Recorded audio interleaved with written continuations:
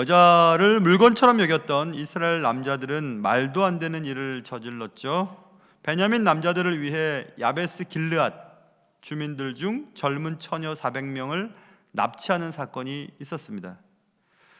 그러나 살아남은 베냐민 남자 600명을 위해서는 아직도 200명의 여자들이 부족했습니다. 그래서 이스라엘 사람들은 또 희한한 일을 더 한번 하기로 계획을 하게 됩니다. 그것은 실로에서 해마다 열리던 축제에서 실로의 딸들이 춤추러 나왔을 때 그 처녀들을 붙잡아 가라는 계획이었습니다. 이스라엘 사람들의 생각과 행동은 정말 산 넘어 산인 것 같습니다. 어떻게 하나님의 백성들이 그런 생각을 하고 또 그런 행동을 할 수 있었을까라는 것입니다. 성경은 이와 같은 일에 대한 대답으로 다음 주에 다루게 될 본문인데요, 맨 마지막 절, 사사기의 21장의 맨 마지막 절, 그때 이스라엘에 왕이 없으므로 사람이 각기 자기의 소견에 옳은 대로 행하였더라. 기준이 없는 겁니다. 무서운 게 없는 거예요. 그래서 자기 마음대로, 자기 생각이 옳은 대로 행했던 그때가 사사시대 때였다고 말씀하고 있습니다. 그런데 이런 이상한 사건은 사실은 성급한 맹세에서부터 시작되었음을 알 수 있습니다. 지난주 본문 21장 1절에서 이스라엘 사람들이 미스바에 모여 있을 때 맹세를 하나 합니다. 그것은 우리 중에 누구든지 딸을 베냐민 사람에게는 아내로 주지 말자. 만일, 18절 보세요. 만일 주게 되면 주는 자는 저주를 받을 것이다. 이렇게 맹세를 했습니다. 이 맹세에서부터 시작이 되었습니다. 그래서 오늘은 본문 속에 등장하는 두 번의 맹세, 그 맹세를 살펴보고 맹세에 대한 성경적인 원리가 무엇인지를 살펴보게 될 것입니다. 오늘 말씀을 통해서 우리 각자에게 주시는 하나님의 은혜가 있으시기를 주님의 이름으로 축원합니다. 자, 오늘 맹세에 대한 얘기를 나누기로 했죠. 그런데 이 맹세라고 하는 것은 보통 우리가 절박한 순간에 하게 됩니다. 사람에게 하기도 하고 하나님께 하기도 합니다. 하나님께 할 때는 보통 서원이라고 하는 단어를 쓰죠. 그만큼 절박한 상황이기 때문에 지푸라기라도 붙잡는 심정으로 맹세를 혹은 서원을 하게 됩니다. 그러나 그러한 절박한 상황일지라도 흥분한 상태에서 해서는 안 된다는 것을 먼저 우리가 알아야 합니다. 그래서 맹세의 시점이 중요하다라는 것을 이제 먼저 다루려고 합니다. 누구든지 딸을 베냐민 사람에게 아내로 주지 않겠다, 주는 자는 저주를 받을 것이다 라고 했던 그들의 맹세는 분명히 흥분된 상태에서 한 맹세임에 틀림이 없습니다.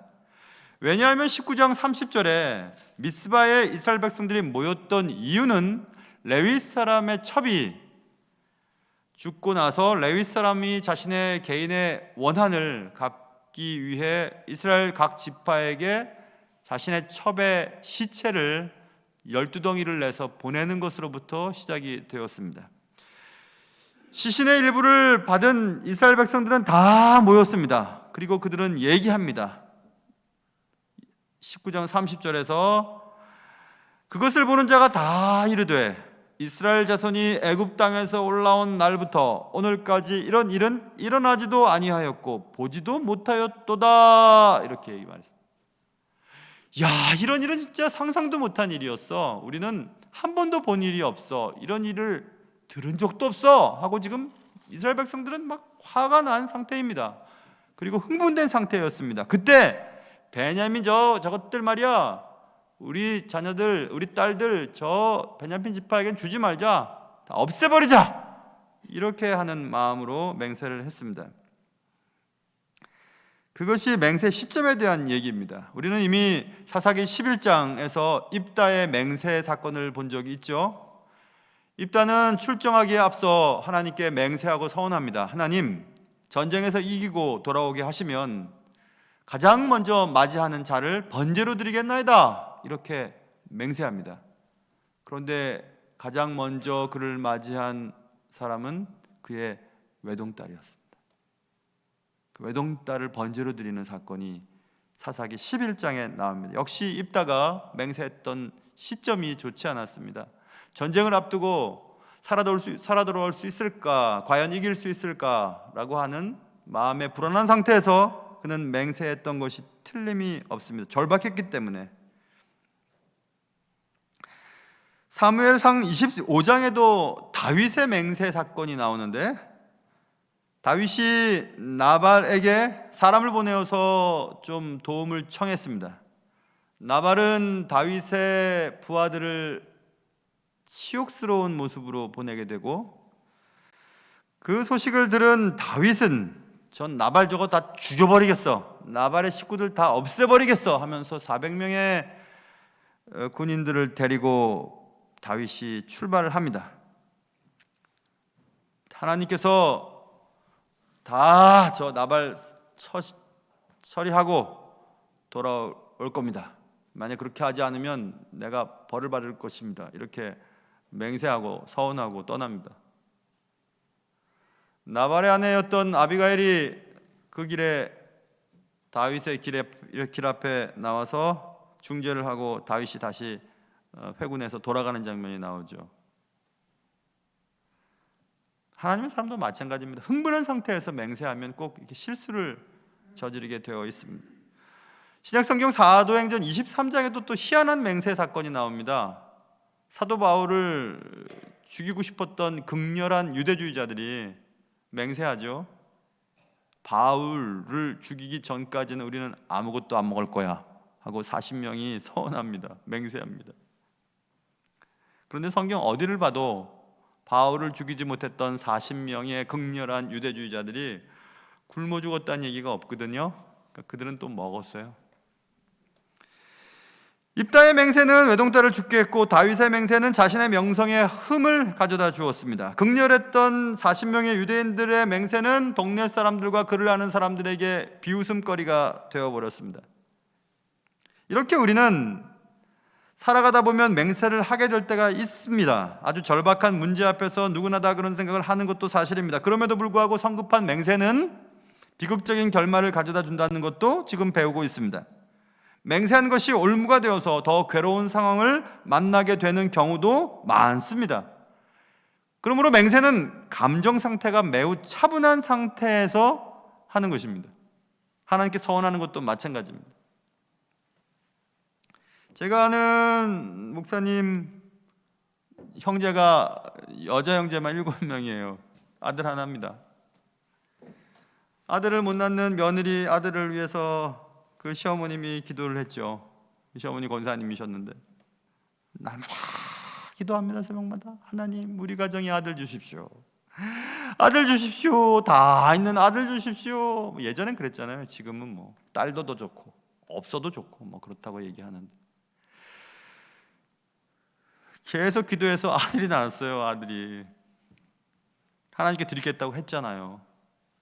그 아들인 그 주인공은 할머님이 서운했지 내가 서운했냐 하고 도망 다니다가 붙잡혀서 신학교에 왔습니다. 신학교 때 서로 자신의 신학교 온 배경을 설명할 때 그 분은 그렇게 말씀하셨어요. 난 지금도 도망가고 싶다고. 나 끌려온 거라고. 지금도 나 신학교 오고 싫다고. 어찌어찌 신학을 마치고 목사가 됐죠. 지금 목사 안 합니다. 일반 일 합니다.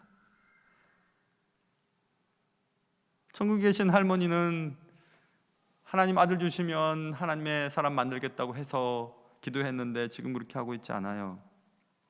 여러분, 우리가 절박하게 되면 무슨 약속을 못 하겠습니까? 약속 다 하죠.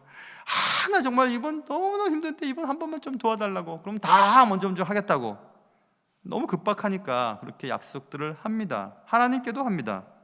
그런데 흥분한 상태에서 맹세하는 것은 결국 낭패를 가져다 줍니다. 그러므로 맹세는 시점이 되게 중요해요. 언제 맹세하고 있는가, 언제 서원하는가, 그게 중요합니다. 지금 이스라엘 백성들은 흥분한 상태에서 맹세했습니다. 그리고 또 그 맹세를 해놓고 문제가 생겼죠. 베냐민 지파 저러다가 없어지겠다. 그러니까 베냐민 지파에 남겨져 있는 600명의 남자들을 위해 아내를 구해줘야 될 텐데 어떻게 하면 좋지? 그래서 생각해낸 것이 이제 오늘 지난주에 우리가 보았던 야베스 길르앗의 처녀들을 붙잡아다가 베냐민 지파에게 아내로 주자라는 그런 얘기였습니다. 근데 그것도 희한한 맹세에서부터 시작이 된 것입니다. 야베스 길앗 사람들을 칼날로 친 행위를 이제 또 살펴볼 텐데요. 이스라엘 사람들은 베냐민과의 전쟁을 앞두고 총동원 명령을 내렸었습니다. 미스바에 모였을 때 함께하지 않은 자는 반드시 죽일 것이라는 맹세를 합니다. 그게 5절에 나와 있습니다. 지난주 본문입니다. 그리고 그 맹세에 따라서 야베스 길앗 사람들을 칩니다. 그런데 이 맹세에서 쌍방의 합의가 있었는가라는 것을 살펴볼 수 있습니다. 맹세는 계약적인 성격을 포함하게 되는 경우들이 있습니다. 특별히 그 계약을 어겼을 때 서로 쌍방에 영향을 미치는 경우에는 쌍방과의 합의가 있어야만 합니다. 일방적으로 내가 맹세해놓고 그렇게 하지 않았으니까 너는 당해야 돼 이렇게 하는 경우들이 없잖아요. 그런데 이스라엘 백성들의 맹세는 야베스 길앗 사람들에게는 매우 일방적인 것이었습니다. 총동원 명령에 참석하지 않은 자는 가만두지 않겠다라고 하는 것은 일방적인 거였죠. 그리고 야베스 길앗 사람들이 총동원령에 응하지 못했던 이유를 알아보는 절차를 생략했습니다. 야베스 길앗 사람들에게 그럴 만한 이유가 있었는지는 알아보지 않았습니다. 이스라엘 백성들은 그런 과정을 밟지 않았습니다. 그리고 사실 우리는 잘 알죠. 야베스 길앗 사람들을 친 목적, 그들의 속셈은 야베스 길앗의 처녀들을 붙잡아다가 베냐민 사람들에게 주려고 하는 속셈을 채우기 위한 행동이었음을 우리는 알고 있습니다. 우리 중에 누구든지 딸을 베냐민 사람에게 아내로 주지 아니하리라 라고 하는 그 맹세를 지키려고 하다 보니까 성급하고 잘못된 맹세를 지키느라 또다시 성급하고 잘못된 맹세를 했던 것이었습니다. 결혼의 당사자인 딸들의 의견과는 상관없이 맹세했던 처음의 맹세, 그리고 야베스 길앗 주민들의 의견을 배제하고 맹세했던 두 번째 맹세, 이런 일방적인 맹세는 결국 문제를 일으키게 되었습니다. 그러므로 사람들 간에 맹세할 때, 그리고 또 하나님께 서원할 때 쌍방 당사자의 의견을 고려해야 하는 것입니다. 하나님께 서원할 때도 마찬가지입니다. 일방적으로 하나님 이렇게 해주시면 저렇게 하겠습니다, 이렇게 할 것이 아니고 하나님께 맹세할 때도 기도를 많이 하고 그리고 말씀을 묵상함으로 하나님의 뜻이 어디 있는가를 깨달아 본 후에 가능한 범위 내에서 하나님께 서원을 해야 하는 것입니다. 제가 언젠가 말씀드린 적이 있었죠. 제가 아는 교회 목사님, 교회 건물을 짓고 부채가 많이 있었어요. 그런데 새벽마다 기도하시는, 눈물로 기도하는 어떤 권사님이 있으셨어요. 그 교회 권사님이죠. 이렇게 새벽마다 기도를 하니까 담임 목사님이 뭐 이렇게 기도 열심히 하시는지 저도 기도해 드리겠다고 이제 새벽 예배 시간에 여쭤봤다는 겁니다. 그 권사님, 그냥 우리 저기 땅이 있는데 그 땅이 안 팔려가지고, 어휴, 땅만 팔리면 내가 우리 지금 교회 이거 짓는데 그렇게 헌금하게 텐데 막 그랬다는 거예요. 그래가지고 목사님도 하나님이 도와주시면 좋겠다 싶어서 열심히 기도했죠. 그래서 땅이 팔렸어요. 30억 주고 팔렸답니다. 이야, 기적이 일어났죠. 근데 더 큰 기적은 그 다음 주부터 권사님이 출석하지 않았다는 기적입니다. 교회를 안 나오는 거예요. 내뺐어요. 3억 11조 안 내려고 내뺐어요. 또 다른 기적이 또 벌어집니다. 한두 달 뒤에 다시 권사님이 회개하고 돌아오셔서 3억 11조 하고 신앙생활 잘 하시대요. 그 얘기를 직접 제가 들었어요.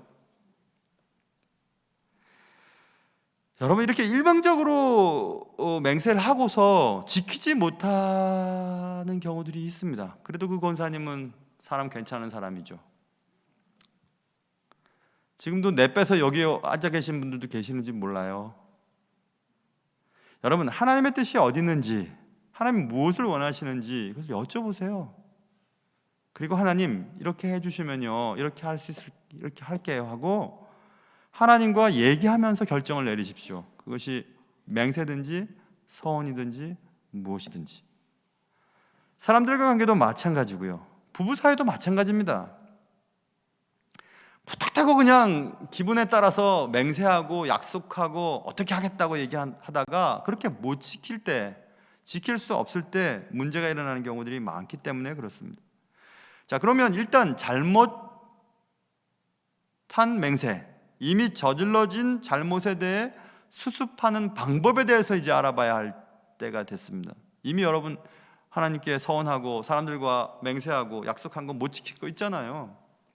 어떻게 하면 좋을까? 그 수습하는 방법은 지혜롭게라고 하는 단어 속에 포함되어 있습니다.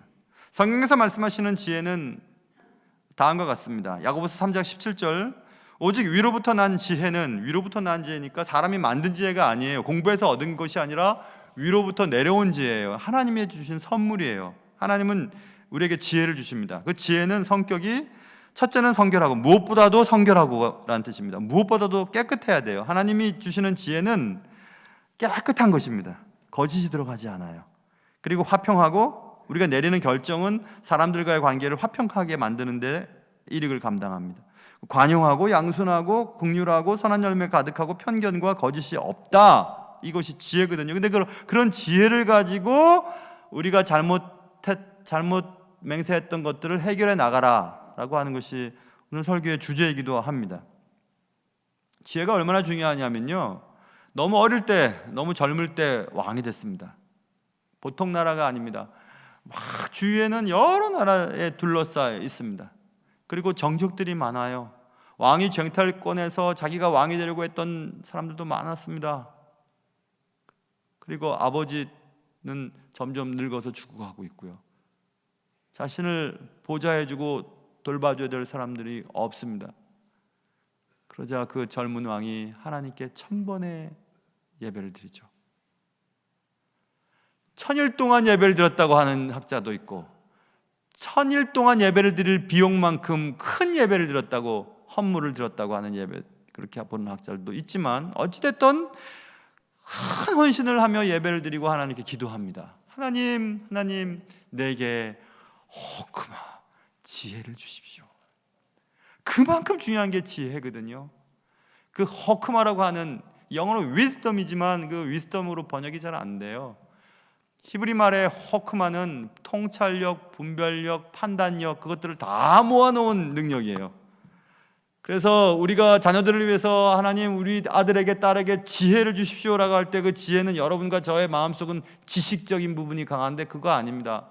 솔로몬에게 주셨던 그 지혜를 주십시오라고 하는 것은 공부와 상관없어요. 상황에 정확한 선택을 하고 분별을 하고 판단을 하고 실행을 하고 통찰력을 가지는 그런 지혜를 말하는 것입니다. 그런 지혜가 있으면 지식이 좀 떨어져도 세상에 성공합니다. 그러니까 그 지혜가 필요한 것입니다.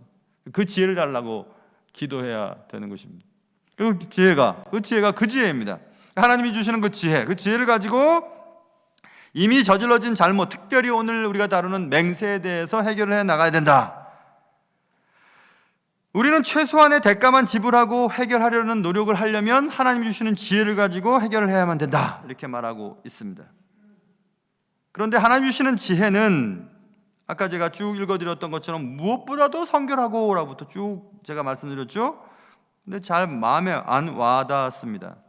그리고 제가 주일 저녁 예배 때 말씀드렸죠. 성경을 해석하려면, 물론 전문적으로 신학을 공부한 분들은 성경 해석학을 배웁니다. 그러나 일반적인 성도들은 여러 본문들을 비교하는 것이 참 중요해요. 여러 번역서들을, 한국 성경도 여러 가지, 영어 성경도 여러 가지, 외국어를 하실 줄 아는 분들은 그 나라 언어로 번역된 성경을 가지고 비교해 가면서 이해를 하는 것입니다. 영어 성경도 뭐 계속해서 여러 번역서들이 나오는, 최근 번역은 가끔씩 우리 목사님들도 또 저도 얘기하는 더 메시지라고 하는 유진 피터슨의 번역이 있어요. 물론 좀 직역보다는 사역에 가깝기 때문에 의도가 약간 벗어난 번역도 있긴 있으나 그의 번역을 살펴보면 좀 잘 이해가 갑니다. 하나님이 우리에게 주시는 지혜는 이런 겁니다. 아까 쭉 읽어드린 것을 그의 번역으로 얘기를 해보면, 한국 메시지 번역으로 읽어보면 온유하고, 그 다음 보세요, 이치에 맞으며 자비와 축복이 넘치고, 하루는 뜨겁고 다음 날은 차갑고 그렇게 하지 않고 겉과 속이 다르지 않습니다, 이렇게 번역을 했어요. 영어 더 메시지에 보면 first pure, 무엇보다도 순결하고, then peaceable, 평화롭고, gentle하고, willing to yield, 기꺼이 양보하고, full of mercy and good fruit라고 되어 있고, 아까 좀 전에 읽어드린 것처럼 긍휼과 선한 열매, 이건 같이 번역이 됐어요. 그리고 without partiality라고 해서 편애와 편견이 없고, 그리고 without hypocrisy, 위선적이지 않으며, 이렇게 번역이 됐거든요. 그러니까 다 요약을 해볼까요? 하나님이 우리에게 주시는 지혜는 누가 봐도 이치에 맞는 거예요. 누가 봐도 성결한 거예요. 거짓이 없는 겁니다. 누가 그 얘기를 들어도 네가 많이 양보했구나, 그래 네가 양보했어, 그렇게 한 거 보니까, 이렇게 할 만큼 그런 지혜를 가지고 맹세를 지키라는 겁니다. 그런데 여러분, 우리가 하나님께나 사람에게 맹세하고 서원했을 때 잘 생각해 봐야 될 것이 있는데, 그건 뭐냐면, 맹세를 우리가 했잖아요. 사람들과 약속을 하거나 하나님과 서원을 했죠. 아까 땅 팔리면 헌금하겠습니다, 아들 주시면 하나님께 드리겠습니다라고 하는 그런 맹세를 지키느라고 가기도 싫어하는 아들에게, 손자에게 너 신학교 가야 돼, 하나님께 이미 바쳐졌어, 이렇게 얘기를 하면 그 손자나 그 아들이 반항할 거 아니에요. 나는 그런 적 없는데 라고 하면서 하나님과 더 멀어지는 결과를 초래하게 되었습니다. 그렇게 될 것이 확실할 때는 그것이 맹세를 지키고 서원을 강요하는 것이 옳은가? 제가 믿는 하나님은 그걸 강요하지 않으실 것 같아요. 안 그러실 것 같아요. 근데 그것이 계속 인생을 살아가면서 내 마음에 고통이 되고, 어릴 때 내가 약속한 것을 지키지 못했기 때문에 내가 이렇게 사업을 해도 안 되고 공부를 해도 안 되고 자녀들이 이렇게 속을 썩이는구나라고 그렇게 고민을 빠질 필요는 없으세요, 여러분. 하나님 그렇게 하시지 않으세요. 왜냐하면 하나님과 우리는 부모와 자식 간의 관계인데, 자녀를 키우는 여러분들 한번 생각해 보세요. 자녀들이 약속했다가 안 지켰다고 해서 끝까지 약속 지키라고 그렇게 하는 부모가 세상에 어디 있습니까? 그럴 만한 이유가 있고 그렇게 할 수 없는 능력인데 말만 먼저 했기 때문에 못 지킨다면 그래 하고 넘어가는 게 부모님 아니에요? 하나님은 안 그러실 것 같아요. 하나님 내가 이렇게 해주시면요 11조 드릴게요, 하나님 아들 주시면요 하나님께 바칩니다 라고 했지만 당사자가 못하겠다는데 어떻게 하겠습니까? 당사자가 못하겠다는데. 그래서 그 성급했던 그 맹세를 지키느라 또 다른 죄를 짓게 만드는 경우에는 그 맹세를 지키는 것이 옳을까? 어떻게 생각하세요? 저는 옳다고 생각 안 합니다. 하나님께 드린 서원 때문에 시험에 빠질 경우가 생겼어요. 아까 그 땅 팔린 권사님처럼. 교회는 나가야 되는, 하나님께 감사는 한데 이거 서원을 했으니까 지켜야 되는데 3억은 너무 아까운 거예요. 그러니까 교회마저 안 나가버리는 거죠. 내빼는 거죠. 그럼 시험에 빠진 거잖아요. 누가 누구든지 강요하지 않습니다. 하나님께 서원했던 것들은 하나님과 관계 속에서 문제가 일어나는 거예요. 그런데 그것 때문에 시험에 빠지고 또 다른 죄를 짓게 될 경우에는 어떻게 할 것인가? 방법은 너무 성급했던 내 맹세 때문에 당신이 너무 힘들고 또 내가 언제까지 하겠습니다 약속했지만 그렇게 하지 못한 것에 대해서 당신이 화가 나고 또 우리 관계가 깨어졌습니다. 내 잘못입니다 하고 시인을 해야 되는 겁니다. 그리고 하나님께 성급한 맹세에 대해서도 하나님 내가 그때는 그렇게 얘기했는데 사실은 나 자신이 없네요. 그리고 내가 한 맹세지, 내가 한 서원이었지 내 손자가 한 것이 아니었네요. 땅이 팔리면 하나님께 11조 드려야 맞죠. 그런데 그럴 자신이 내게 없었습니다. 그런데 그때는 너무 급박해서 절박해서 그렇게 했던 것이었습니다. 하나님 용서해 주십시오라고 인정을 하라는 겁니다. 부부간에도 당신을 위해서 나는 생명을 바칠 수가 있어. 젊은 애들 그러잖아요. 결혼식 날 대단히 막 성공했다고 막 하고 당신을 위해서 생명도 바치겠다고 했는데 당신을 위해서 자존심 하나도 숙이지 못하는 게 사람들 마음 아닙니까? 그런데 어떻게 쉽게 맹세를 하고 약속을 하고 서원을 합니까? 그래서 선한 양심과 신앙의 상식에 근거하여 아까 말씀드린 지혜롭게 해결해 나가는 것이 중요합니다. 무엇보다도 성결해야 되고 순결해야 됩니다. 거짓이 없어야 돼요. 그리고 누가 봐도 이치에 맞아요. 그렇게 판단하고 그렇게 결정 내리는 것이. 왜 약속 안 지켜? 너 약속 지키기로 했잖아. 오늘 주기로 했잖아. 근데 가만히 근데 사실 이렇고 이래서 내 마음은 지키고 싶지만 못 지켰어 라고 얘기를 했을 때 상대방이 그랬구나, 그렇다면 할 수 없지 하고 상식적이고 이치에 맞고 보편적인 상식에 근거해서 얘기를 해야 되는 겁니다. 사람과의 관계도 하나님과의 관계도. 그래서 아까 한국 번역으로 더 메시지 번역에서 이치에 맞게라고 하는 단어를 명심하세요. 예수 믿는 사람들이 커먼 센스라고 하죠. 보편적인 상식에 어긋나는 결정을 할 때가 꽤 많아요. 보편적으로 사람들과 관계 속에서 죄를 지으면 사람들과 관계를 풀어야 되잖아요. 그런데 예수 믿는 사람들 어떻게 하는지 아세요? 하나님과 기도하고 하나님과 해결했으니까 됐다는 겁니다. 벌써 시간 꽤 됐죠. 밀양이라고 하는 소설이 영화화 됐잖아요. 그 주인공이 얘기했던 것 여러분 기억하시잖아요. 북가자 초등학교 출신 중에서 제일 잘된 여자가 전도연이잖아요.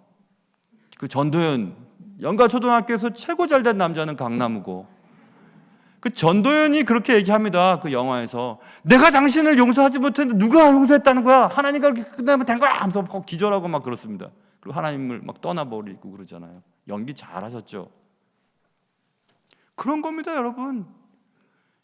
예수 안에서 다 해결됐다고, 예수가 나 용서해도 네가 왜 그러냐고, 그게 아니에요, 여러분. 보편적인 상식, 이치에 맞게 행동하셔야 됩니다.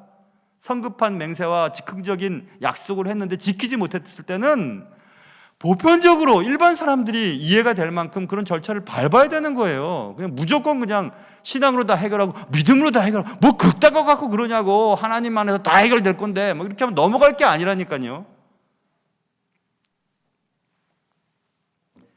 여러분, 사람이요 상처받으면 오래 갑니다. 그거 금방 안 없어져요. 그냥 덮는다고 넘어가는 게 아니더라고요. 저는 제가 A형이라서 오래 가는 줄 알았는데 그렇지 않더라고요. 사람에게 상처를 주었으면 상처를 준 것이 기억나면 그 사람한테 가서 잘못했다고, 미안했다고, 그때 실수했다고, 소리 지른 거 잘못했다고 얘기해야 됩니다. 그냥 쑥 넘어가 버려요. 그러면 자기는 넘어갔을 줄 모르죠. 근데 그것을 당해야만 하는 사람은 마음속에는 스크래치가 막 나 있는 겁니다. 부부간에도 마찬가지고 교인들끼리도 마찬가지고 목사하고 성도들 간에도 마찬가지입니다. 다 마찬가지입니다. 성급하고 또 일방적인 그런 감정의 표현도 옳은 게 아닙니다. 잘못된 것입니다. 그리고 자신은 하나님께 기도했으니 하나님께 용서받은 죄인이니까 나는 괜찮아, 당신도 하나님 안에서 해결하시라고 그렇게 하는 게 아닙니다. 잘못한 것은 사람들 간에도 해결을 해야 되는 것입니다. 저는 제가 A형이라서 계속 남아있는 줄 알았어요. 아닙니다. 여러분 누구나 다 어릴 때 받은 상처나 자신을 학대하거나 자신을 무시해서 받은 상처가 남아있잖아요. 제가 결혼하기 전 아이들 공부시킬 때 꼭 그거 질문 던집니다. 숙제 내옵니다. 숙제 시킵니다. 너희들 살면서 죽고 싶었을 때 있었지? 있었대요. 언제냐고. 상대방한테 얘기해 주라고. 제일 무시받아갖고 막 죽이고 싶었던 사람도 있었지? 있었다고. 언제냐고. 그거 얘기해 주라고. 얘기해 주라고. 얘기해 주면 상대방이 배우자 될 사람이 그와 비슷한 행동을 너에게 했을 때 그때 받은 상처 때문에 더 크게 반응할 거라고. 그러면 반응을 보이는 입장은 충분한 상처 때문에 그렇게 반응을 했지만 앞에 있는 사람은 너무 놀라는 거예요. 뭐 그딴 거 그렇게 화를 내냐고, 그딴 거 그렇게 흥분하냐고. 그런데 그 마음속에 상처 때문에 그런 거거든요. 그러니까 그런 과정들을 서로 얘기 나누고 서로 이해하는 과정들을 밟고 결혼하라고 숙제를 내줍니다. 그러면 얘기하고 와요.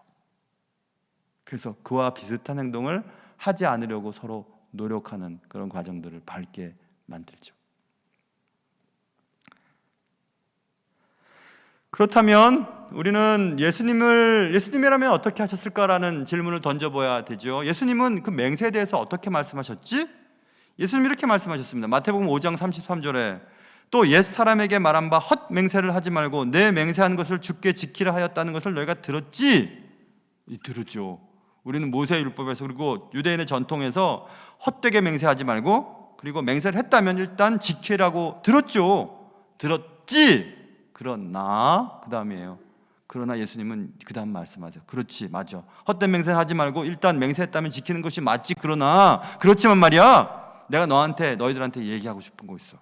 잘 들어봐 하고 예수님이 그 다음 절 마태복음 5장 34절부터 이렇게 말씀하세요. 그런데 난 너에게 얘기하고 싶은 거 있는데 맹세는 말이야 도무지 하지 말아야 된다 이렇게 말씀하세요. 도무지 맹세하지 말아라.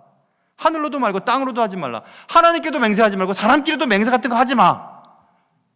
그냥 옳은 것은 옳다 하고 아닌 것은 아니라고 해라. 왠지 아냐? 너희가 너희 머리털을 검은 것을 희게도 흰 것을 검게도 만들지 못하잖아.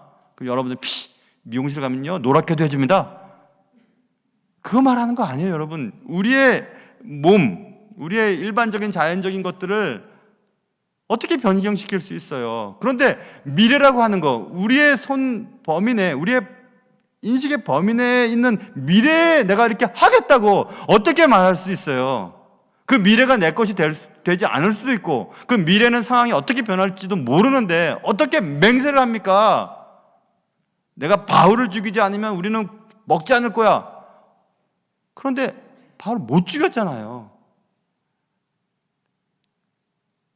나발의 식구들 다 남자들 다 쳐 죽일 거야. 다시 돌아왔잖아요. 나를 제일 처음 만나는 게 뭔지 모르지만 번제로 드리겠습니다. 아마 입다는 자기가 키우던 개인지 갓 죽이든지 그런 건 줄 알았는지도 모르죠. 그러니까 번제로 드리겠다고 했지. 그런데 사람이 나왔잖아요. 그것도 외동딸이. 그거 어떻게 합니까? 내일 일을. 그러니 맹세하지 말라는 겁니다. 주께서 우리에게 말씀하시는 것은 맹세하지 말고 옳은 것은 옳고 그른 것은 그르다라고 하는 것은 뭐냐면 사실만 보고 그냥 그렇게 가라는 겁니다. 사실을 보고 그 사실에 근거해서 한 걸음 한 것씩 가라는 겁니다. 내가 할 수 있는, 지킬 수 있는 약속의 범위인가? 그럼 여기까지. 내가 정말로 할 수 있는 것인가? 그럼 거기까지. 하나님, 내가 이만큼 하나님 앞에 헌신할 수 있습니다라는 마음이 들면 거기까지만 가라는 거예요. 내가 원하는 것을 하나님으로부터 얻어내기 위해서, 다른 사람들로부터 내가 좋은 결과를 얻어내기 위해서 맹세하지 말라는 겁니다. 여기 심지어는 이렇게 써 있습니다. 예루살렘으로도 하지 말아라. 뭘 빙자해서 하지 말라는 겁니다. 내가 성경을 내가 앞에 두고 내가 맹세할게. 또 이런 경우도 있거든요. 야, 내가 목사인데 목사만을 믿어야지. 그렇게도 하지 말라는 겁니다. 우리 그럴 때 있잖아요. 내가 교회에서 그래도 이러는 사람이야. 그러니까 나를 믿고 그렇게 해줘. 그런 게 어디 있어요, 여러분? 그런 게 어디 있어요? 제가 사람 잘 소개시키거든요. 그 청년부 사역할 때 청년들 많이 이렇게 중매서 가지고 결혼 많이 시켰어요. 그것도 제가 사역의 일부라고 생각했거든요. 그런데 누가 그런 얘기 하더라고요. 아이고, 사람 소개하지 말고 주님만 소개하라고. 맞죠. 왜 그런 생각이 들었냐 하면 제가 누구를 소개시켜주면 그 사람은 제가 소개시켜줬기 때문에 목사님 믿고 만나요. 목사님 믿고 결정하는 경우들이 있어요. 그러지 마세요, 여러분. 그럴 필요 없으세요. 그렇게도 하지 말라는 겁니다. 예수님의 말씀은 예루살렘으로 또 하지 말아라. 그냥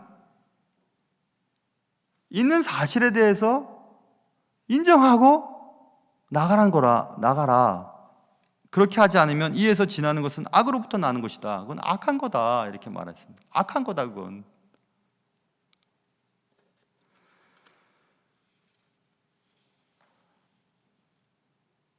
(12년째) 이제 우리 교회 섬기고 있잖아요. 정말 이렇게 쉽지 않았습니다. 지금은 다 지나간 과거지만 몇 번 사임하려고 그랬습니다. 몇 번. 못하겠더라고, 힘들어서. 이렇게 힘들어서는 못하겠다. 이러다 죽겠다. 그래서 그런 생각했던 적이 있었습니다. 그리고 주님 앞에 기도했어요. 하나님, 이거 해결해 주세요. 그렇지 않으면 난 못하겠습니다. 그렇게 몇 번 기도했네요. 근데 하나님이 그만두지 않게 하시려고 그러셨는지 기도한 것 다 들어주셨어요. 기도한 것 대로 들어주시더라고요. 심지어는 하나님, 내가 너무 마음 아파서 하나님 저거 어떻게 좀 해주십시오 한까지도 들어주시더라고요. 그래서 제가 기도 함부로 할 거 아니구나 생각했던 적도 있었습니다.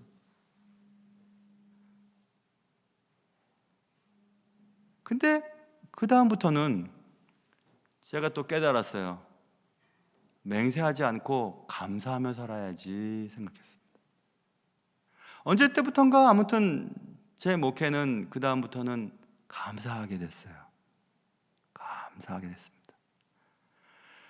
저를 아는 우리 노예, 저랑 가까운 목사님들이 늘 얘기합니다. 목사님 뭐 이렇게 맨날 재밌냐고, 목회 이렇게 재밌게 하냐고.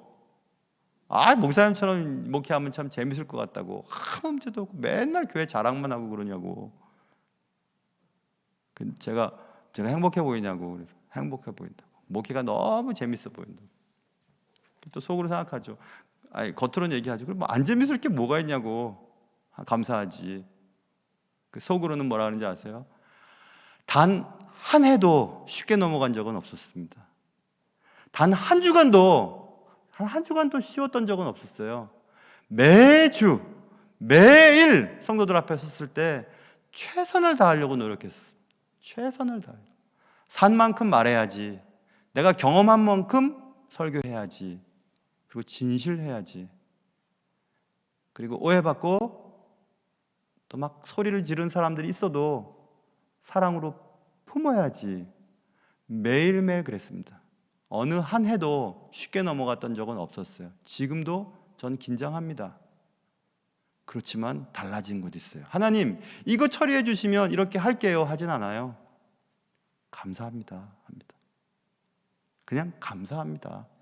또 한 주, 또 한 해, 또 한 번의 설교 단에 세워주신 하나님 감사합니다.